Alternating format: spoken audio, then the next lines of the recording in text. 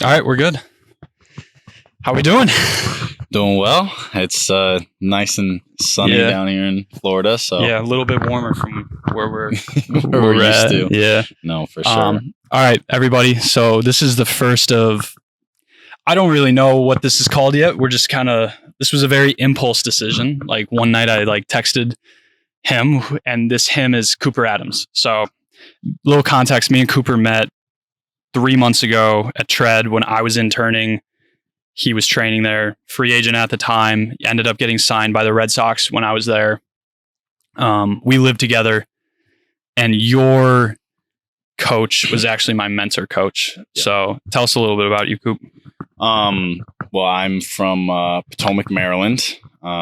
Been basically in Maryland my entire life. I went to school there, played at UMBC for 3 years, and then I transferred to Mount St. Mary's in Maryland, and just was a Maryland kid my entire life. But I always loved baseball, and always had sort of the dream of making it to the show and the MLB one day, and just sort of stuck with everything, and now we're here. Yeah. So when I first met Coop, it was like we got in on the same night. He had went out to dinner with our coach. I'm just gonna say it that way. Keep it fucking simple. Yeah. But you had been up to like 94 in your last pro day, 94.9, almost 95, but nothing came out of that. And then you were training with Tread for a little while too. I think the funniest part was like from when we started like getting to know each other versus like that last day and like after pro day. Specifically, it was like you jumped up 2 miles per hour. And that shit was crazy. Like there was a lot of work that went into that, and because you weren't with the Red Sox, obviously, but like it's hard to get signed out of that pro day. It's like you have 80, 90 guys, and you free agent signing, like weren't drafted. Like talk about that a little bit with me. Oh, it's a whole interesting process. I mean, obviously, I didn't get drafted out of college, and that was the goal. You know, it's the goal. Everybody's probably goal when they play Division I baseball or just baseball in general is they want to get drafted, want to make it somewhere. And that wasn't my journey, my path. And it was an interesting dynamic when you had my first pro day happened, and 93, 94, and it was like probably the best I've sat, in a bullpen type setting ever in my life. And I was like, oh man, like, almost hit 95. I was chasing that elusive 95 for a while. Couldn't get it, but I felt great. But I remember, having a conversation with my coach at the time, and him saying, Coop, you can either be this pitcher that can get up to 94 and, see what happens, or we can sort of overhaul everything. And by everything, I just meant basically my lower half a little bit. Yeah. And make it where you're more efficient mechanically, and it's going to be a process. We don't want you to do indie ball. We want you to literally dedicate 6 months to working as hard as you can on this one thing. And ended up doing that, and I ended up it basically clicked within the first couple weeks of doing it. Yeah. And just, had my ups and downs with it, like had days where I would be throwing not as hard as I expected to. And then days where everything was going great, and I'm like, oh, I'm going to be, throwing 102. Yeah. So, it's just, you have different situations that happen. And it came up where obviously I got to go down and throw in a pro day at Tread, and it was a process, but really being ready to go and go out there on Sunday and throw 95, 96, getting up to close to 97, like that was a pretty cool experience. And even overhauling like my entire pitch repertoire and everything, it just gave me the ability to obviously get picked up and be here today. And that was the most interesting part. So there was a lot of like question marks. I don't want to like, I'll say, go going into it, because you had gotten close to your PR Mhm. a couple times. So for context, when I got there, next day, your first bullpen, you were like 90, 91. And obviously, like, you could throw harder. You were throwing harder before that. Yeah. But it was super interesting to watch like that progression of like first day I met you, where it's like you're 90, 91 on like obviously not a great day. And on by the end of your like bad days were touching 92. And like we all around you kind of knew that like you were going to have a good day going into pro day. And you ended up hitting, like you said, almost 97, 96.8. But it was that process from like in those 2 months, like those ups and downs were crazy. Like we would come home and we would like talk about it. Like fuck, man, like don't feel good today. Like couldn't figure it out. Like the changeup wasn't there. Cause like what guys don't remember too is like you can throw hard, and like there was guys that threw hard that didn't get signed out of that pro day. Like there was a lefty there that was up to like 96. I don't think he got signed, if I remember correctly. And I know one of our mutual friends hasn't been signed yet either, and he was up to 96 too. Like it's having the entire package of like, okay, like there's that like that presence that we kind of talked about, where like you go into a situation like that and you have to be undeniable. And like you could tell right away, like we saw you, or like there was something about you that day. Like for context again, our other roommate who was a catcher caught him, and Coop goes, "Hey, Aaron, just heads up, this 80% is going to be a little bit firmer than normal." But like we just knew. And like, how do you feel like you managed those ups and downs?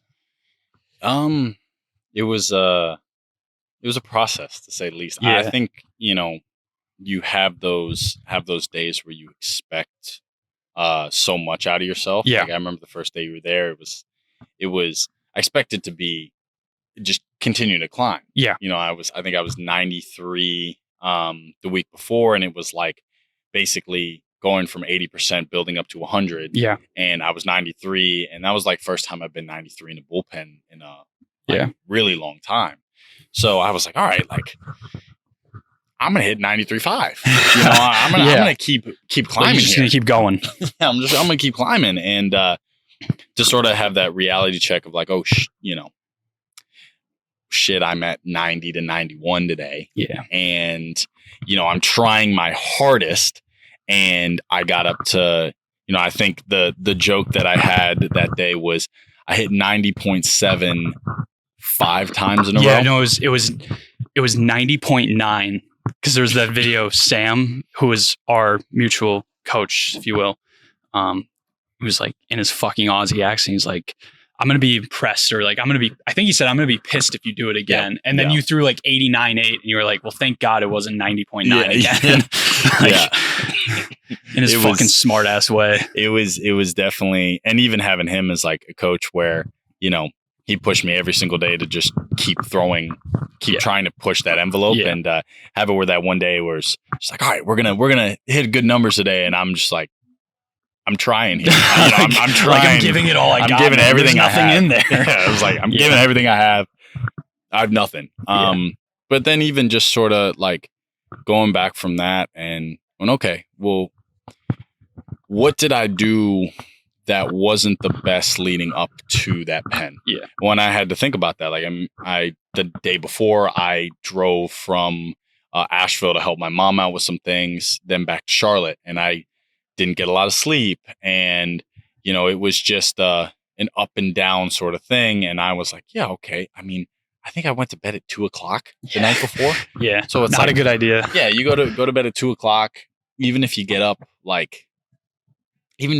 12, it's not the best sleep, you know, you're getting. So, you know, I went into it with thinking, okay, the sleep, the recovery, all that, you know, it doesn't matter. I'm just going to go throw hard. And my body just said no. Yeah. And I remember I looked at it and I was like, all right, well, how about this week going into next Monday, which is when I usually threw my bullpen. Yeah. I'm going to get as much sleep as I possibly can, keep eating, keep just focusing on the process and working at things, and taking it just day by day. Day by day until I get to next Monday. And I think the next Monday was the first time I hit 94 in a pen in a while. And I sat 93.5. I believe most of the pen. I was 93.2, I think, most of the pen. And it was just like, oh, I have the ability to do it. It's just, sometimes setting you're yourself up up for success too, and like making sure you're checking all those boxes. Where are you at now, velo wise? Velo wise, right now, at least in game, I know I came down here so I threw my first bullpen when I first got down here. It was just sort of like see where everything was at, and I was 92, 94. Yeah. And then right now in game, I'm around like 93 to 95, touching 96. So it's been pretty good. And I think that's one thing athletes like will forget is like, because you hit that 96.8, right? And we talked about right after where I was like, hey, like there's probably an chance here that, you're not going to be back up to that for a little while now. Like, because athletes are like, I hit that PR and I just keep climbing, but it's like, that's not how it goes. No. Now, again, we had a mutual friend, Danny, where he was like, 1 week he hits 95 before pro day, hits 96 at pro day, and then he hits 97.8 right after pro day. Like some athletes, and that's where it's like, for me, it was always hit that PR and then I'm crashing right back down. Mm-hmm. It was hard to manage that like frustration, but I think understanding that there's a chance that happens before, and you can look at the entire picture and like what's going to happen long term, because now you're not just throwing harder at your peak, your floor is significantly higher. Yeah. And like your changeup that day was like 86, 88. Yeah. Like everything else is better off because of it.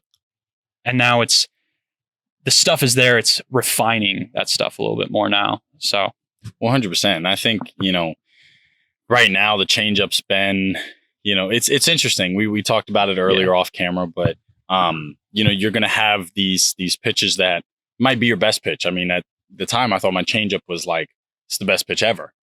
I'm consistently getting it under 3 vertical break, and I'm getting it where it's like 15, 18 horizontal. And it's like, this pitch is a plus pitch. And I come down to spring training and I sort of lost the feel for it. And it's like, it's still been okay. I throw some really good ones here and there. And then, it falls off a little bit. And I'm like, oh, well, why is this happening? But it's just, like you said, it's adjusting with it and figuring out, okay, well, I'm, doing this certain thing and like I'm pronating too much. So the way the grip is, like, it's going to force me to cut it instead of just like, I have to basically throw this just straight to let it actually do its effect. But for me, with the way I'm throwing right now, I'm almost pronating too much. So it's not going to work. So I have to change things up a little bit and be open to change and open to like adaptability and just moving, not getting stuck in one thing over and over again. Dude, we fucking talked about that so much at Tread too. Was like, we talked about surrender all the time. Mm-hmm. I remember, and like just kind of like accepting things as how they are and like how they're going. Cause it's like, you could, for like, we talked again off camera, it was with where you're at, it's now time to like go get outs. Cause like, if you want to climb through the ranks of the org, it's no longer just throwing 97, 98, 99, 100. Like, yes, there is that piece to that, because like I am a velo person. Okay. But also understanding like it comes down to getting outs. And like, if you're a good player, it's because you're getting outs at a high level. Yeah. If you're not, like, you're just not getting outs. Like that's the reality that we live in. And if you're out there on the mound, like, we can't think about like all these other things. So like, if you're trying to think about like, how is my hand coming off on this changeup or this sweeper or cutter or whatever it is, like, you're fucked, man. Yeah. You're fucked. Yeah. It's really just, I think the thing that I've been learning within this sort of whole process of pitching and now pitching against, I pitched against mid-major D1 guys. Yeah. And I pitched against a couple Power 5 guys here and there, but like, I pitched against Pitt, and Pitt last year was, to say the least, average at best. Yeah. And now I'm facing guys like, I faced Kyle Teal, who was the 3rd overall pick last year, or not 3rd overall pick, the 1st round pick for the Red Sox. Yep. And, Roman Anthony, who is, this guy who is the second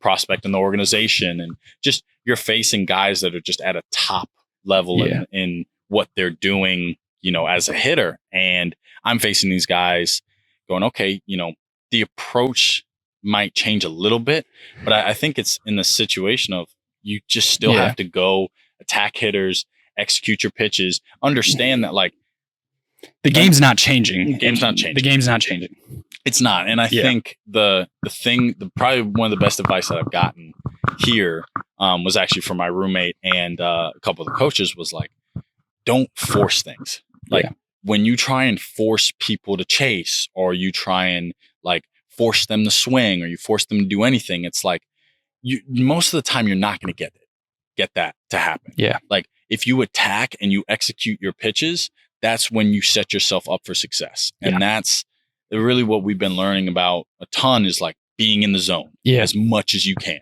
And like moving, you're in the zone, and then you have that pitch that like starts in the zone and goes off.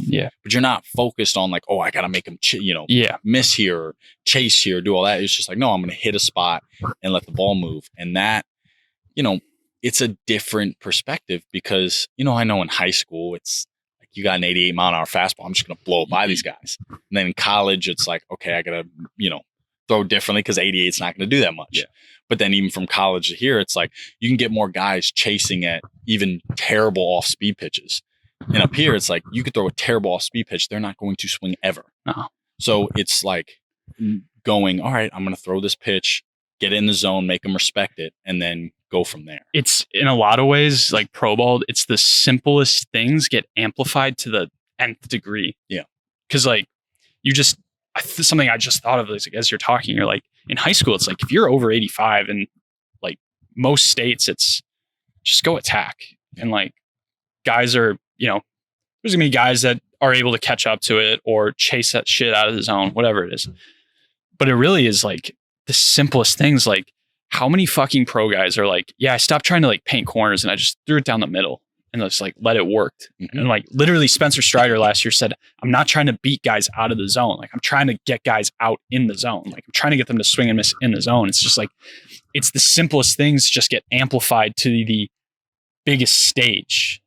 And I think that's like, it's super interesting. Like that all the velo training is like really important. Like I will always say that, but it's what does it all come down to? And because it's one goal. And like off camera, we were talking about like, I did all this training for like, you probably trained for like fucking 7 months or something like that. Like it was a while. And you were like, I was a little nervous, like about actually, is this going to like work in the game and shit like that? Yeah. When it's, we've been having a lot of meetings and stuff about it. And that was actually the meeting we had today, was basically looking at a Cy Young vote pitchers and where they throw their first pitches and their 0-1 pitches. And almost all of them are like down the middle. And it's crazy too, because you're like, you see I think it was 3-0, right? They said, how many guys are in the strike zone on a 3-0? Like just a heater, right? It was like 63%. And that means like aim down the middle and try and get it down the middle. And most of the time, these guys would throw a pitch down the middle and it wouldn't be down the middle. It would go to, their rise guy, throw it down the middle and it ends up in the upper quadrants. And then your sinker guy ends up in, into a righty if, for me as a right-handed pitcher. And like as a fastball guy, like it's low or in. And it's like most of the time, sometimes throwing right down the middle works. It works because you can let your ball move and do all that. It's just obviously not the most ideal situation if you're just literally throwing pinpoint accuracy right down the middle, because then you're going to get smashed. But it's like letting your ball work and not trying to be so cookie cuttery of like, I need to hit this spot. I don't need to be so perfect. It's like, you don't need to be perfect. You need to like almost what I've been thinking about with the sweeper now to even get in the zone is like, all right, I'm just going to throw it at the guy. I'm going to throw it at his head. Dude. Let it work. Because I throw a sweeper too. Like that pitch is like so big sometimes. Like when you throw it, it's like if you try to be like you literally almost have to think like I'm going to throw it at guys. Like if I throw live, like, and I want it for a strike middle, I'm like, okay, I'm going to throw it at him. Like, it's literally like half how you have to throw it almost. Well, and it's just so like that's half the pitches you got to throw. Like if I want to throw my changeup, that's has a crazy amount of vert cut off and a good amount of horizontal, like I can't throw that pitch down the middle because it's just going to end in the dirt. So it's like, I have to aim it. Okay, I'm going to aim it at the catcher's helmet. Yeah. So then it dives and it's at the lower part of the Yeah. zone. So it's finding that focal point and playing through that. Yeah. And like, I think the most interesting thing too is, so I had a couple athletes last week. We were winding down our winter training, came up to me and they were like, long story short is basically they're like, how do I know I'm ready? Like, maybe I haven't always faced the best competition in like live ABs, or like I didn't get as many hits as I wanted to, or like I'm not facing like top guys. And then it was like, I'm going into this season, like I feel unprepared too. But it was like, those things don't like go away just because we get older. Because it was like, dude, like you went from like facing, like, no disrespect to like college hitters, because like I had shitty college stats, like I gave up fucking bombs in college, but like pro hitters are just a different beast too in their own right. And your roommate said like, don't give them too much respect because they still have to hit the ball, which is absolutely true. It's like managing those feelings of like, I'm stepping into a whole new realm, but nothing's changing at the same time. And like, how do I trust myself to go into this? Yeah. You know? Well, and I think, the one thing that he told me is sometimes the best, like in the sense of best hitters you'll face are like the guys that can swing the bat the hardest and make the best contact with the ball are guys in low A. Yeah. Low A and rookie ball, because when they hit it, they can hit it like 700 feet. Yeah. Right. But the thing that I think differentiates guys, like even at the college level, like what differentiates like a good hitter from a great hitter is the chase. It's whether they chase people, whether they are like going after pitches that are out of the zone, or taking pitches that are right on the black that could be borderline. Yep. And it's understanding that, okay, now you're forced to throw better pitches. Yeah. You can't just throw, dog shit pitches and expect to get outs. And I think it's probably the most interesting part from what, a lot of guys have told me here is just the hitters are the same. The swing's the same. Like the exit velo can be the same. Like all that type of stuff as you move up. Yeah. The only thing that changes is the approach and their eyes. Yeah. Like that's the biggest thing. And for me, it's like, okay, their approach and their eyes have gotten better.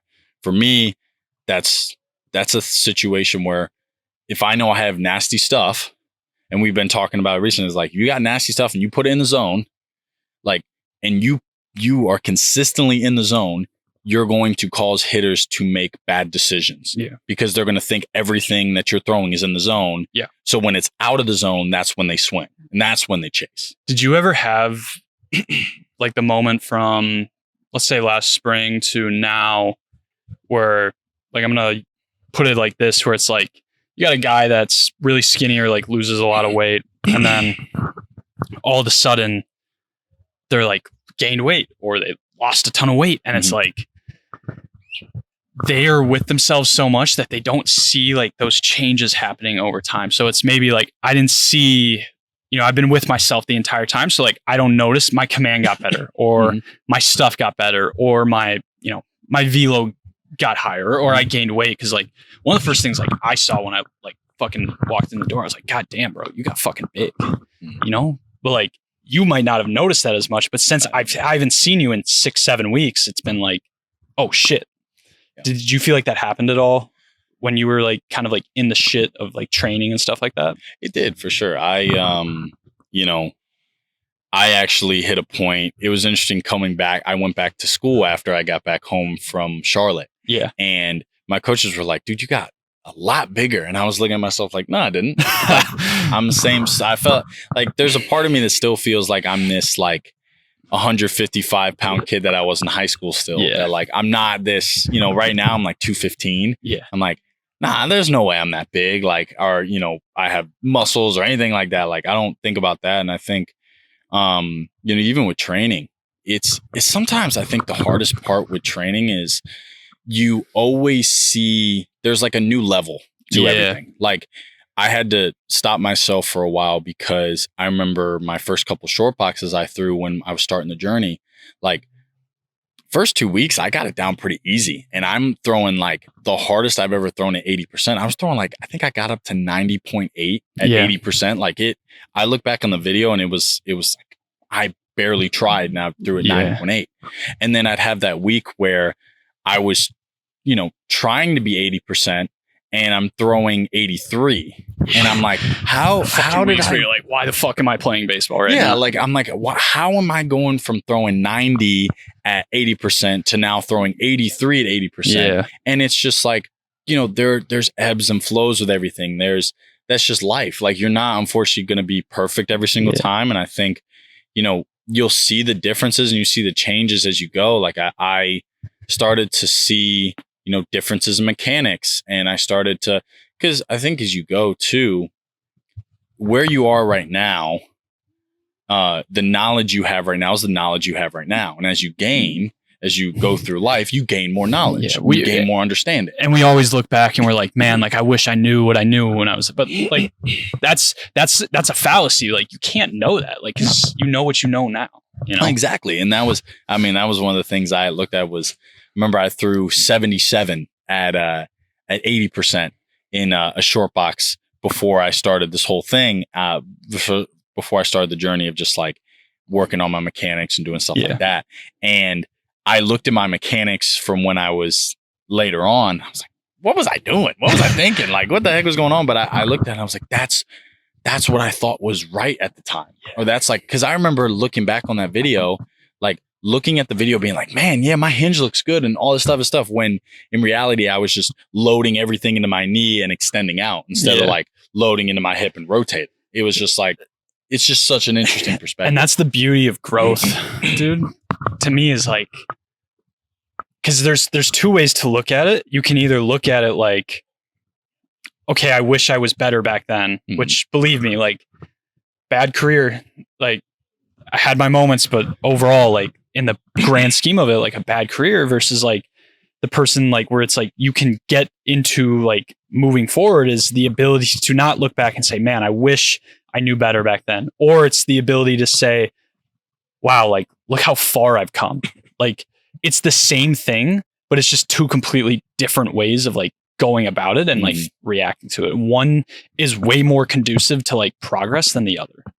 Oh, 100%. And I think too, it's not getting, it's not getting stuck up on the past as much with it. 'Cause that's probably the hardest part that I've run into is you get stuck up on, I should have made these decisions or these things. Like, I mean, my dad loves to do this all the time. And I did it for a really long time and I'm trying to like continue to learn that you have to keep moving forward. You can't look back. You can't.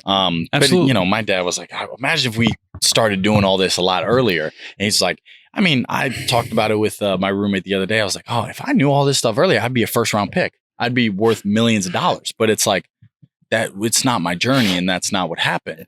And it's like you just got to keep moving forward with what you know and continuing to learn and being open to learning. And the other side to that is because we've all had those discussions. I think any player that's gone through struggles and came out the other side better has thought that. But like, you also might have been presented this information and you've been like, no, like that's wrong. Like that's not right. Like you maybe it could have just simply has been as like you weren't able to comprehend the knowledge that you received, or maybe your ego was in a different place, or like there wasn't anything wrong. So it's like, why would I try to fix something? Yeah. So it's like that information is sometimes like, again, it's another fallacy where it's like, okay, if I'm told that, like, that doesn't mean that I'm going to take that information and like make it better still, 100%. And I also think too, I was talking about this with somebody recently, and it's the viewpoint of everything in life happens for a reason. I'm a big believer in that. But anyway, like with that, it's the situation of, I went to UMBC and, I had my issues with things and whatever it was, but overall, the moments I made there and I spent there were moments I'll never forget. And it made me the person I am today. Yeah. So I can't regret that experience at all because, I might not be the person I am today without UMBC.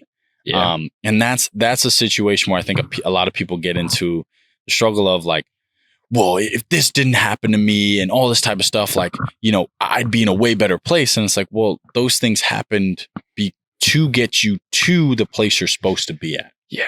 And that's the hard part is one of the guys we got to know at Tread would always, like, I see him post on Twitter like all the time. He's like thank you God for everything. And like I'm not sure about like all the religion stuff yet. And I'm still like going through my own journey on that stuff. And like, I personally am at a spot where I'm like, I'm not sure if everything happens for a reason, but I do think there is a lot of value in being like grateful for everything, because like you can either take the information that's given to you and the journey you have, and you can say, I wish it was different, or this is what I got.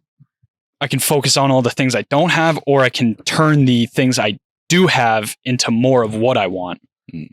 I think that's kind of the way of like, you either take what you have and you run with it, or you don't. I think also gratitude is the greatest strength. Yeah. In my opinion. I agree. It's a situation where it keeps you steady. It keeps you on the path, and it keeps you remembering what you're working for, what you're fighting for, what you want out of life. Because when you lose the gratitude, I feel like you almost lose yourself. Yeah. Like you start getting into a situation where, you were this humble kid, and you were like, I'm taking the journey on, and I'm trying to be the best and all that type of stuff. And now you hit maybe a bigger number in velo, or you got a ton of money in your bank account from being a first round draft pick, or, you made it to the MLB or whatever it is. And because you don't have that gratitude, you almost forget where you came from, and you start, maybe you big league people, you treat people with disrespect. You think you're better than everyone. And I think that's a situation for me where I always look at it and I go, I don't ever want to get to the point where I think I'm better than anyone. Because at one point I was the same kid that maybe some of these kids that are looking at me going, I really want to be there and do it. I was that kid looking at big leaguers and people that were in the facilities and stuff like that. Going, man, I really want to be that guy throwing 96. Which is why I was like, first person like that I'm going to fucking post is like you right here. Cause you were a good college player, but you didn't get drafted. Like that wasn't your path.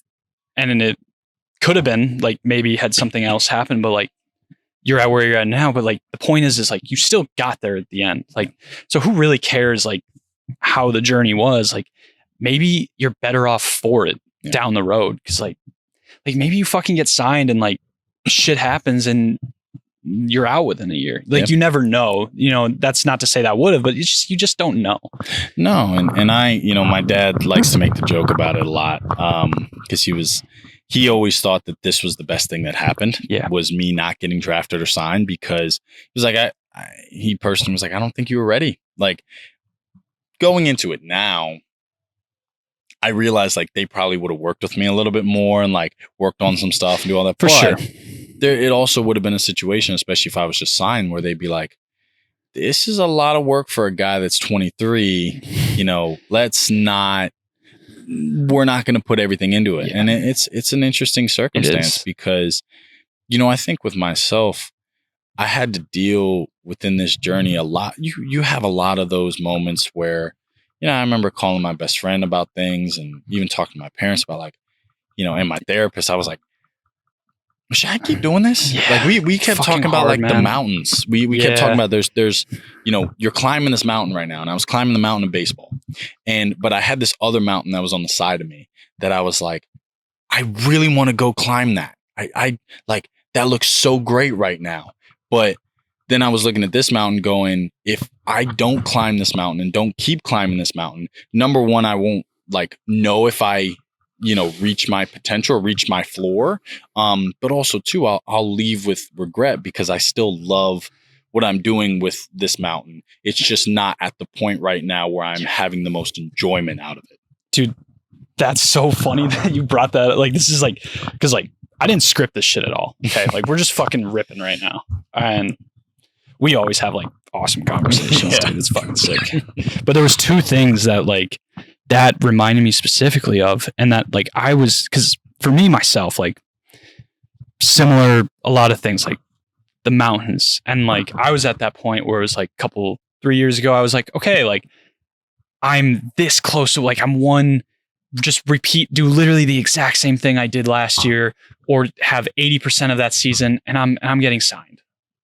Didn't happen because of a whole bunch of other reasons.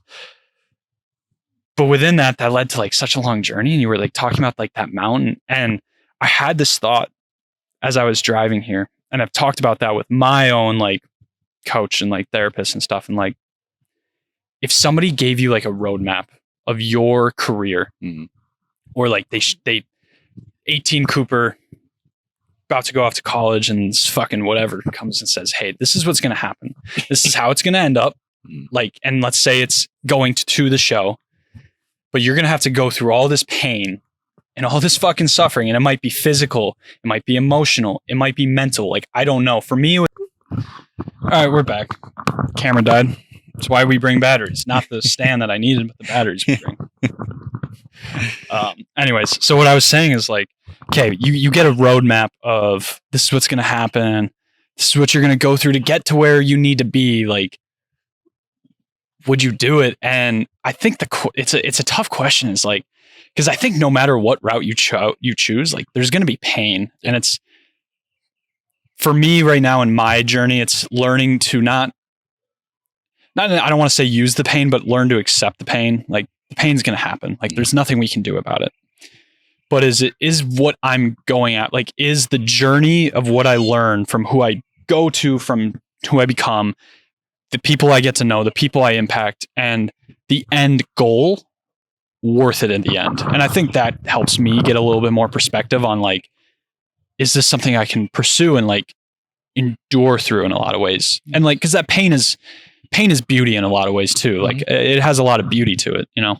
Yeah. Well, and pain makes you who you are, in my opinion. Like without pain, you wouldn't be able to also enjoy the happy moments, enjoy the good moments. Like, to be honest, it took me a while to actually like fully understand that I signed with the Red Sox, because I had a bunch of people in my life going, you don't seem as excited as, usual, or like as you should be for this. Yeah. And my viewpoint on it was, I worked through sort of thick and thin for the 7-month period. And even, before that, within the season and all that type of stuff, and dealt with the emotions of like, oh, I'm doing so well. Like I'm definitely going to get signed or drafted, to there's no way. Yeah. To, oh, maybe there's no way. Mm-hmm. And then, at the end, having a good pro day and like, oh, maybe there's a chance, and then not hearing it. And you're watching the draft and I'm seeing guys that like I played against and I knew get drafted. And I'm like, man, like, that sucks. But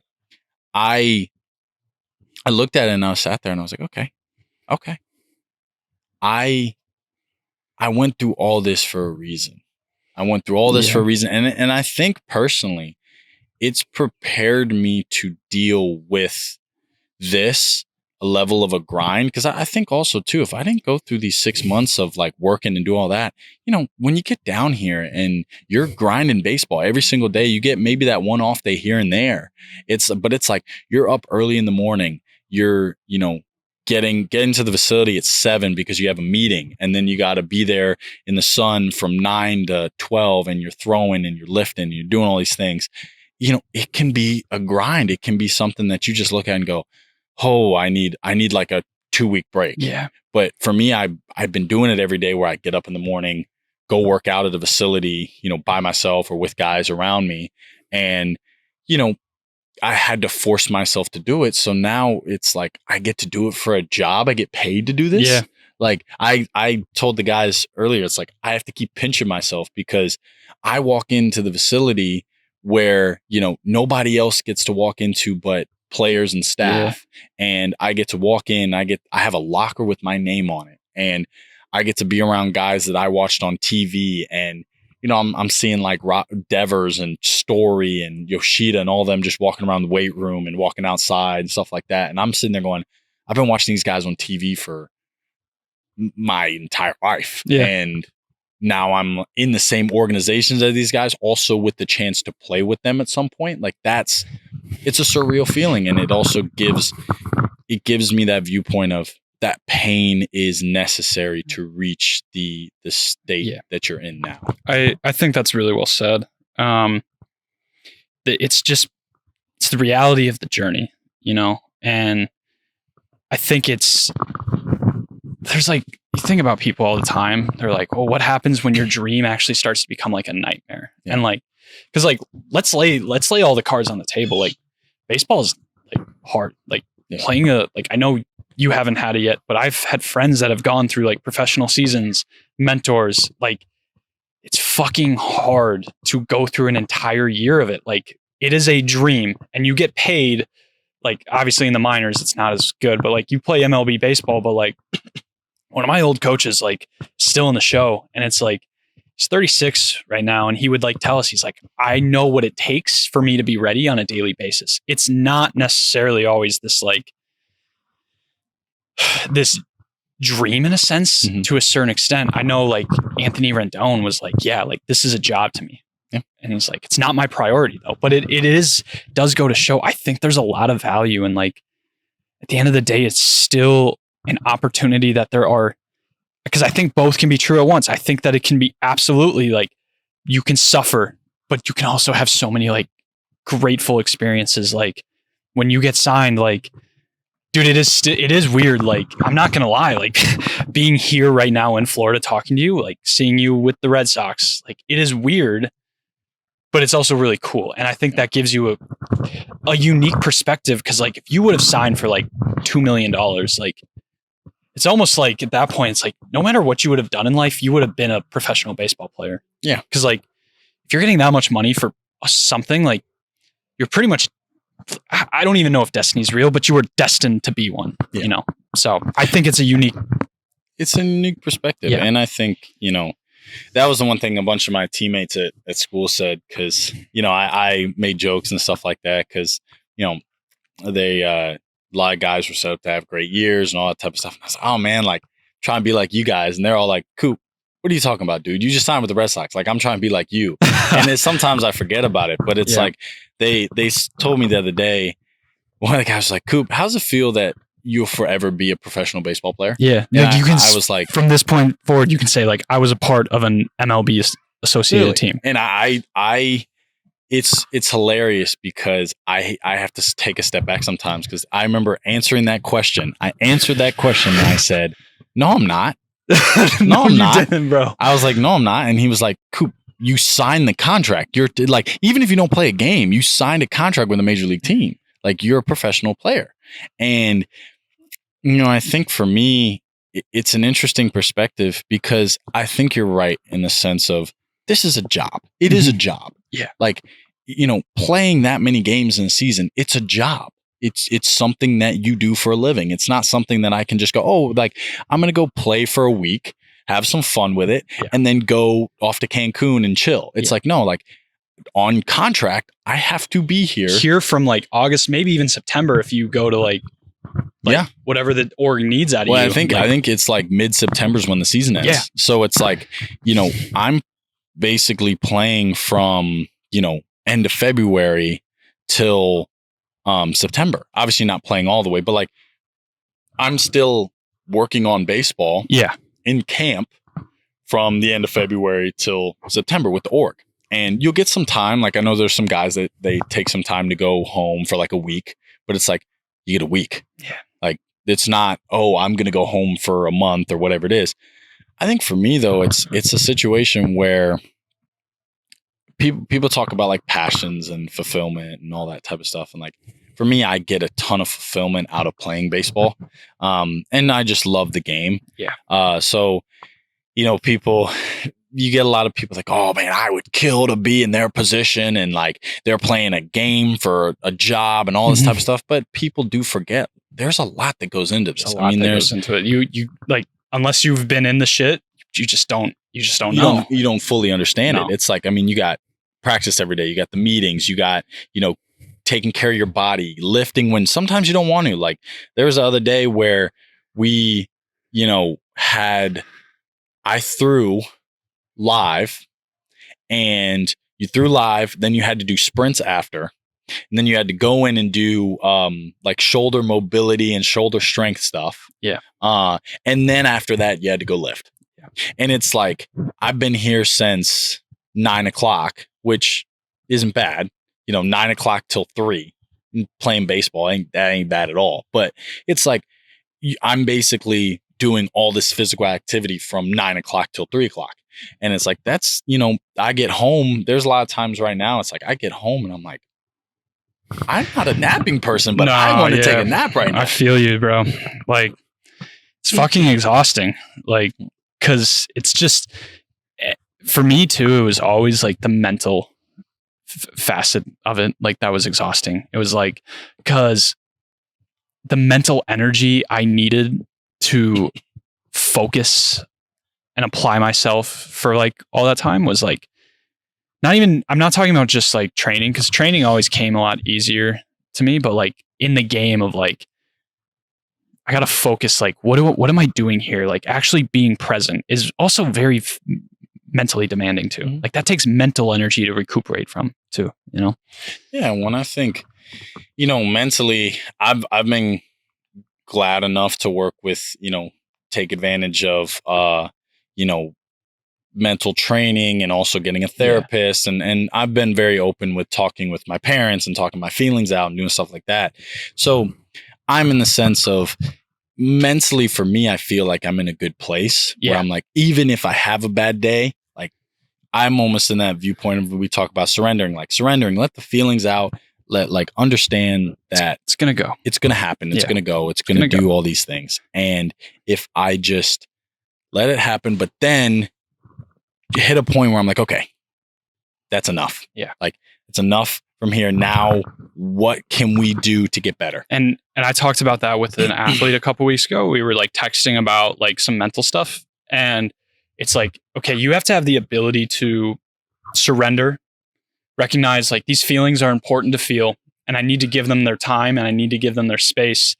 But then on the same note, there has to be eventually a line in the sand where it's like, not that I'm done, but it's that, let's say I'm like feeling really unconfident and I'm like berating myself, or I'm like, why the fuck did I just throw like a fucking change up in the dirt like that? 0-2, like, are you fucking kidding me? There has to eventually be a point where it's like, I'm done. I got to move on. And it's the ability to just let those thoughts be there, let those feelings be there, and be like, but I have to move on. Otherwise, I'm just going to spin in circles. And like, the mind can like, my mentor said this to me once when I was like just repeating the same things. And I was just like in a bad spot. She was like, you have to just say no when those thoughts come on. And like, you won't do this forever, but right now you literally tell yourself no, because right now your mind is just an echo chamber. And it's so easy for it to become that. But like, when she said that, and I literally would be like, I'm having these thoughts, and I would tell myself no, it was like a light bulb went off. And I think it's a hard line to draw of like, when do I allow myself to go down the rabbit holes? And when do I say, I got to come out, Yeah. We actually had a whole conversation about it today, because they did a little exercise with us, and the mental guy basically goes, okay, there's something between telling yourself and letting yourself tell you. Yeah. And it's a whole different sense, because when you're telling yourself, okay, like, no, I don't, like, no, this is not happening. I'm not letting this happen, blah, blah, blah, right? Like, you tell your brain, this is not what I want. Yeah. But when your brain goes, this is what's happening, this is what's going to happen, you're destined to do this. You start going, well, fine, I guess I'm destined to not succeed or not do well or not do that, because your brain's telling you that. But if you tell your brain back, go, no, I'm going to succeed at this. I'm going to give it my all, and I'm going to put the chips out and let them fall where they may. You're at least telling your brain that, number one, I'm going to give it a shot, and I'm going to give it everything I have. So your brain almost comes up with solutions to figure out the problem, instead of just going, no, this is a problem we can't fix. And I think the beauty in that too is that is the like one of the most powerful stepping stones any, not even just athlete, like person can have. Be like, no, I'm deciding right now this is not true. But that also, on the same breath, it's like this ability to sit here and say, like, this is still a journey though. This doesn't mean it just all goes straight back up. It means I took 2 steps forward, and I might take a step back again. But 2 steps forward, 1 step back is still a step forward, Oh yeah. And that's the real beauty of like making the decision and then surrendering and then moving forward, still knowing that like that pain, that success, that failure, everything in between is going to happen still. And I think, a lot of people talk about it, but moving forward is the most important thing. Yeah. Because if you get stuck in, there was a lot of time where I felt like I was getting stuck in the sense of I didn't get drafted. Yeah. I didn't get signed. I didn't get this. I didn't get that. I even got stuck in the whole point of like, I got no money coming in. Yeah. Fucking feel that. Yeah. It's like, I got no money coming in.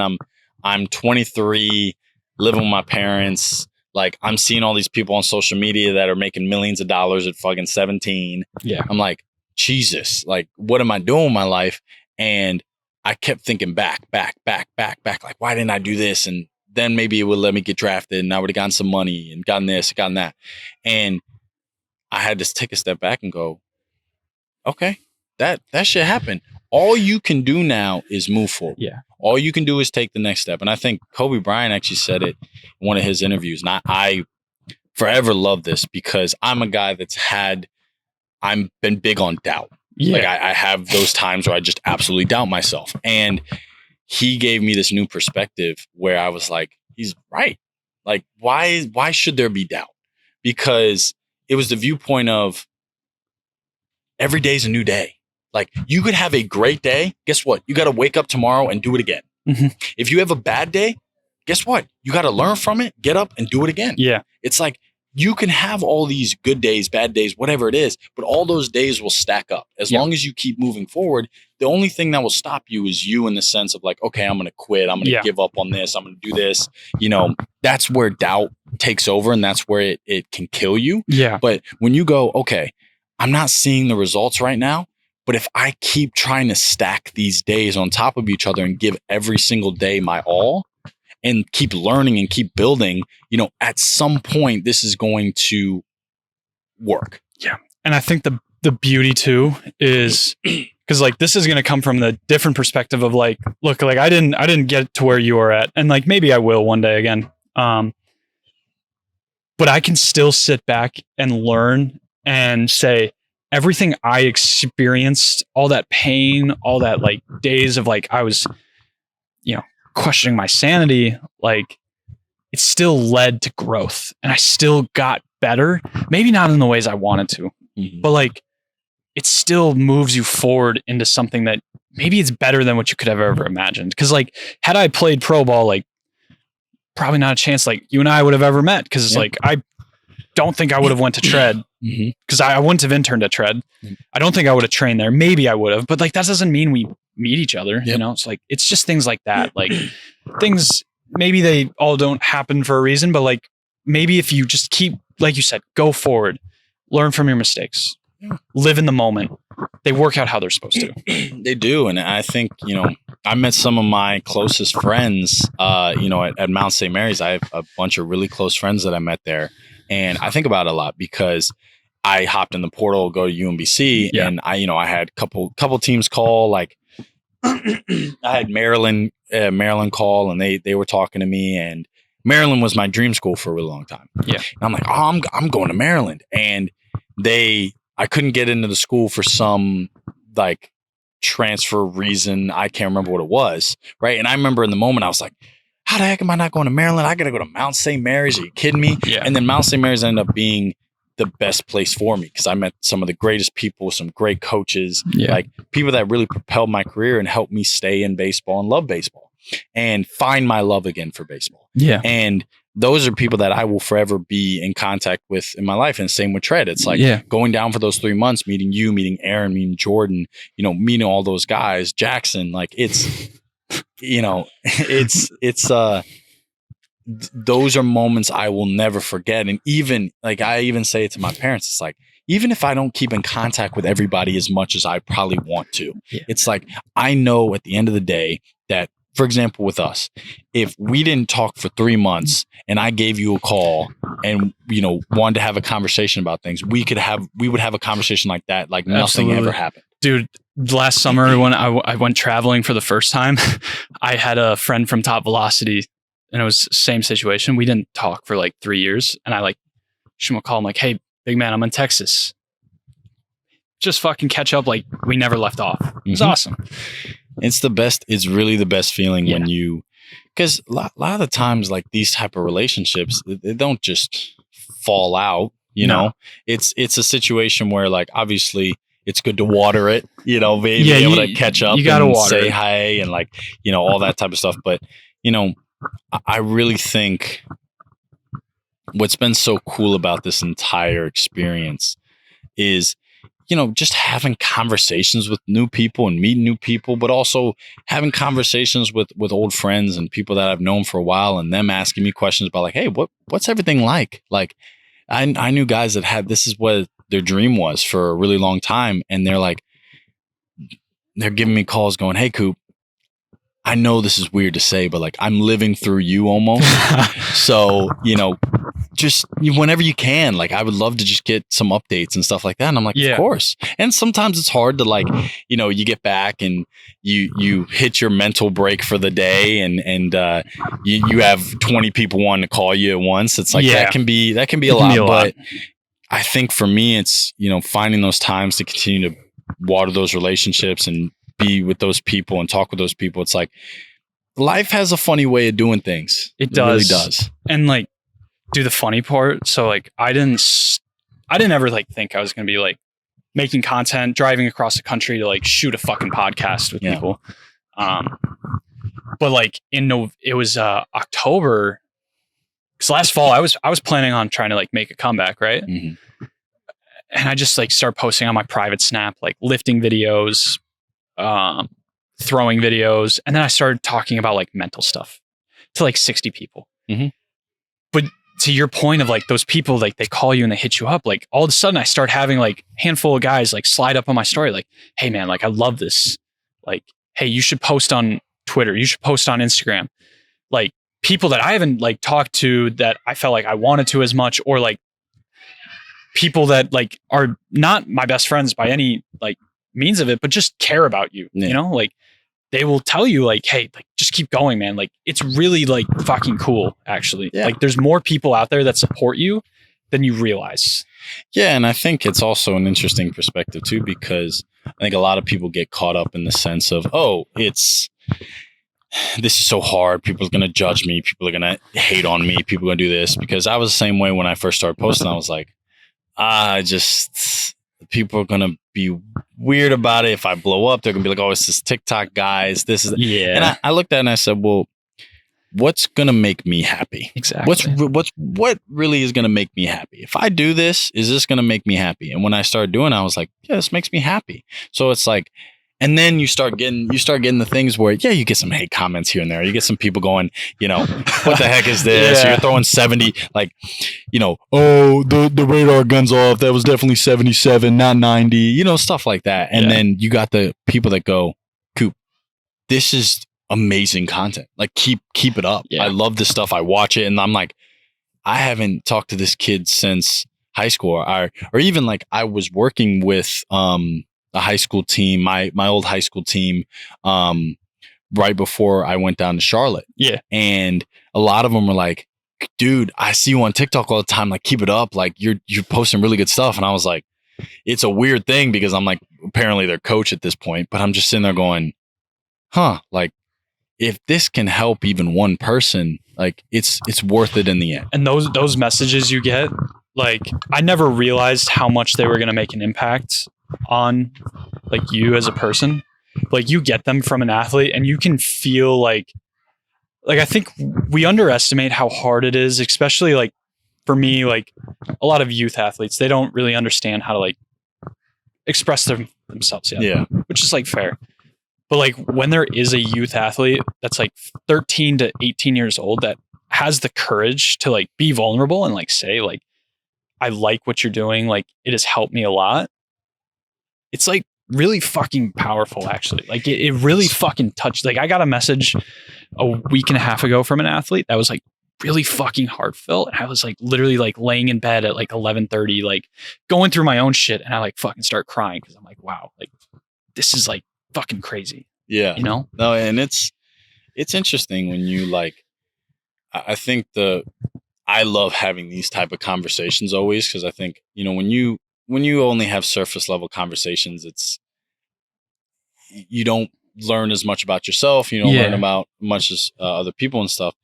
But when you have those situations where people are willing to open up to you and, you know, tell you their feelings and all that type of stuff. It's such a beautiful thing because you look at it and just go, man, like, that's one of the toughest things to do. Like, to be vulnerable is one of the toughest things. It's fucking terrifying, bro. It's so hard. And that's, like, even I had to do it with my therapist at one point, just being like,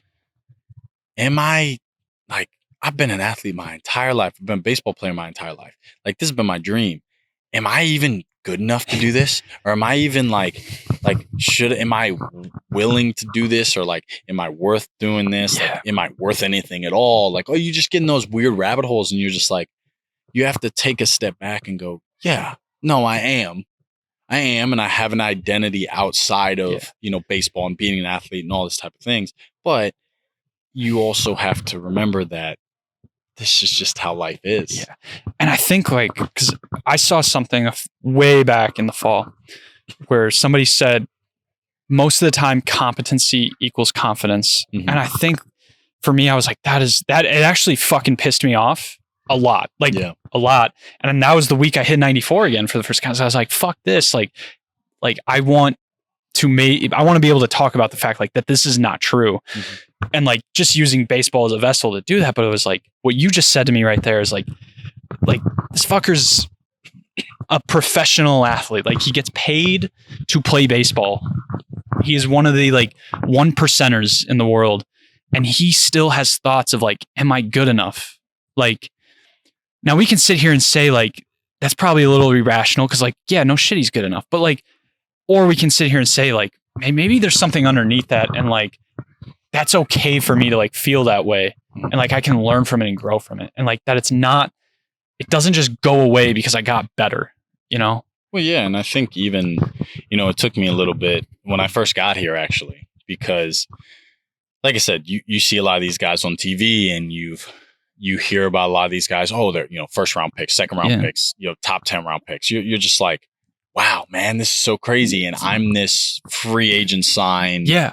And, you know, I'm new to professional baseball, never played it before. And then these guys are, you know, 18, 19-year-olds with millions of dollars in their account, or they're, you know, 24, 25-year-olds who just have gross stuff, have been in the minors for a while. And it, you know, it took me a while to actually look at myself and go, I deserve to be here. Yeah. I think you get a little bit, I almost got a sense of imposter syndrome where I'm like, am I like, there's no way that I'm here playing with these guys, doing these things. Like, there's just no way. And then I had to take a step back and go, no, I'm here. I deserve to be here. I worked my ass off to be here. And is that what helps you kind of like move through that? It does. Yeah. No, I think it took for me to look at it and go, no. I went through all this stuff, and this has been my dream to be here, play professional baseball, have a chance. Like, that was the one thing I remember a buddy of mine said, like, you know, Coop, you know, you're going to get signed, you're going to do all this. And I literally told him, I said, bro, all I want is the opportunity. Like, if I get the opportunity, that's the one thing everybody talks about. Like, I know everyone. Just get my foot in the door.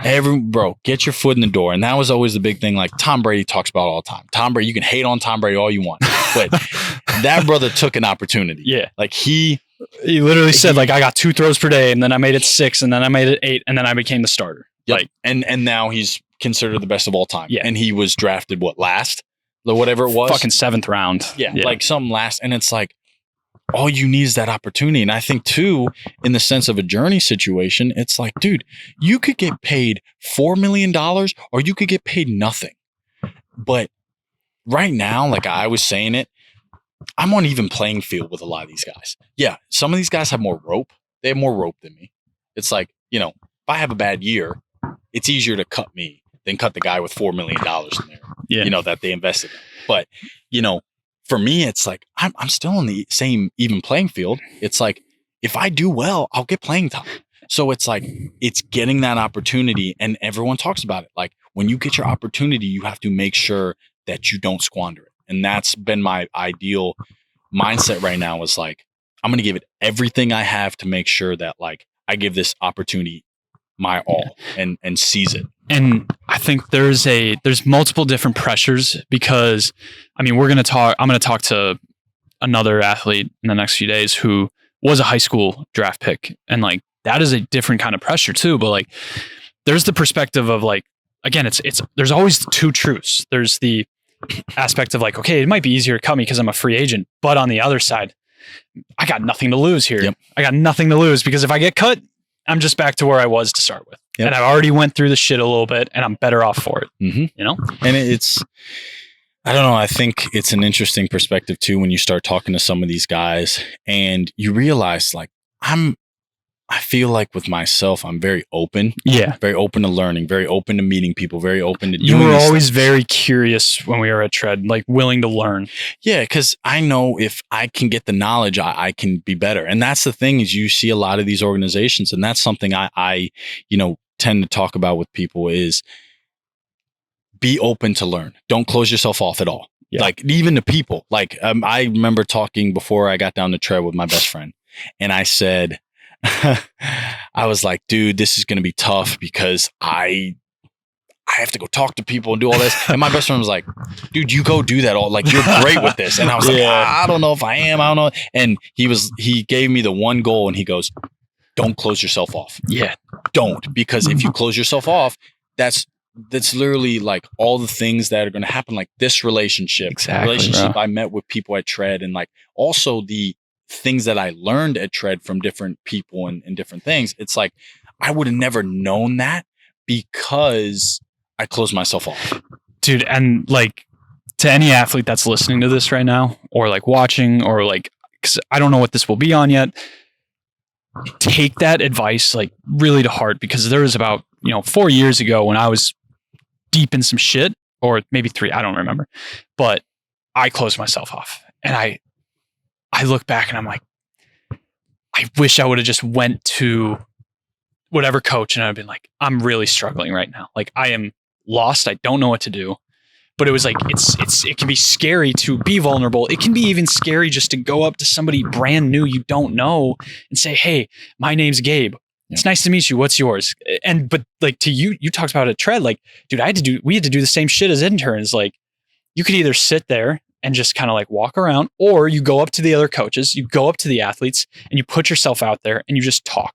And it's fucking scary. But at the end of the day, it's like my option is either let that fear dictate what I do, or I just choose to face my fear. Yeah.